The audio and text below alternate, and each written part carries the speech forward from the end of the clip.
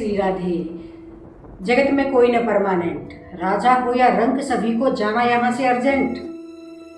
सुबह सुबह जल्दी जल्दी लंबे पांव चल करके दुर्योधन कृष्ण भगवान के कक्ष में पहुंच जाते हैं और जाकर के उनके सिरहाने बैठ जाते हैं और उनके जागने की प्रतीक्षा करते हैं, क्योंकि जगा नहीं सकते, धिंगरा का डर सबको होता है। और जैसे ही कृष्ण भगवान की आंख खुलती है और कहते हैं, कह रहे दुर्योधन कैसे आना हुआ, तो कहते हैं कि मैं यहाँ से निकल रहा था, सोचा आपके दर्शन कर लूं।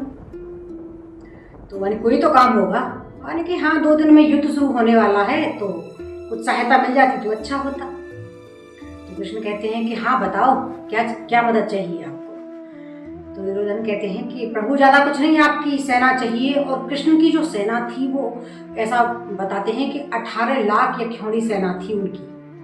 तो कृष्ण भगवान ने कहा कि कोई बात नहीं, सेना आपको दी। इस बात को सुनकर के दुर्योधन बड़े प्रसन्न होते हैं, प्रफुल्लित होते हैं और हंसते हुए जाते हैं। उन्हें मन में ऐसा लगता है कि अब गठबंधन हो गया, अब मेरी जीत पक्की है। तो चालाक थे ना बहुत। उनके जाने के कुछ ही समय बाद, दुर्योधन के जाने के कुछ ही समय बाद अर्जुन वहां आते हैं और आकर के उनके चरणों में बैठ जाते हैं और कहते हैं कि हे प्रभु मुझे आशीर्वाद दीजिए, 2 दिन में युद्ध शुरू होने वाला है। तो कृष्ण भगवान कहते हैं अर्जुन से कि Arjun you are very late. अभी दुर्योधन आया था और मैंने तो अपनी सारी सेना उसको दे दी।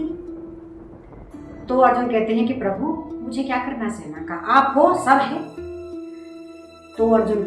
तो कृष्ण भगवान कहते हैं अर्जुन को देख करके कि अर्जुन तुम युद्ध की करो तैयारी, आ रही हैं भगवाधारी, आ रहे हैं चक्रधारी। अब आप कहेंगे कि मेरा ये बताने का क्या मतलब था, तो ध्यान से सुनो, ये बताने का क्या मतलब है। मेरा देश का प्रत्येक सनातनी कृष्ण है और एक कृष्ण के करने से कुछ नहीं होगा, ये तो सबको सोचना पड़ेगा, सबको करना पड़ेगा। हालांकि वो बात अलग है कि समय समय पर आप लोग ये भूल जाते हैं कि तुम कृष्ण हो।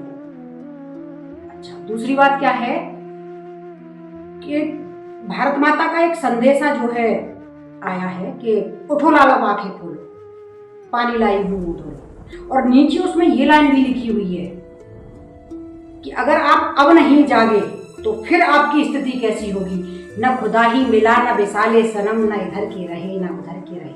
मैं ठाकुर सुनीता सिंह, मथुरा से, कृष्ण की नगरी से, प्रत्येक सनातनी को मेरा प्रणाम।